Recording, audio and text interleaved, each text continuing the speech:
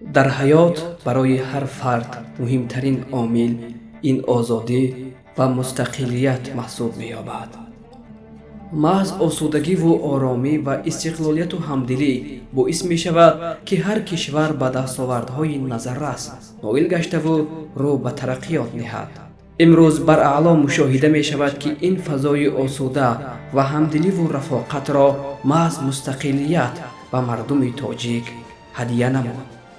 маром ва мақсади ҳар як фарди ҷомеа бояд таҳкими ваҳдати миллӣ, эҳтироми арзишҳои миллӣ, таъриху маданият ва тамаддуну фарҳанги аҷдодӣ, рушди ҷомеа, ноил гардидан ба ҳадафҳои стратегӣ, баланд бардоштани сатҳи зиндагӣ, тарзи ҳаёти солим ва тарбияи насли наврас дар рӯҳияи инсондӯстӣ ва ватанпарастӣ бошад. 28 соли ҳамдиливу рафоқат ва мустақилияти комили тоҷикон муборак бошад, ҳамватанони азиз.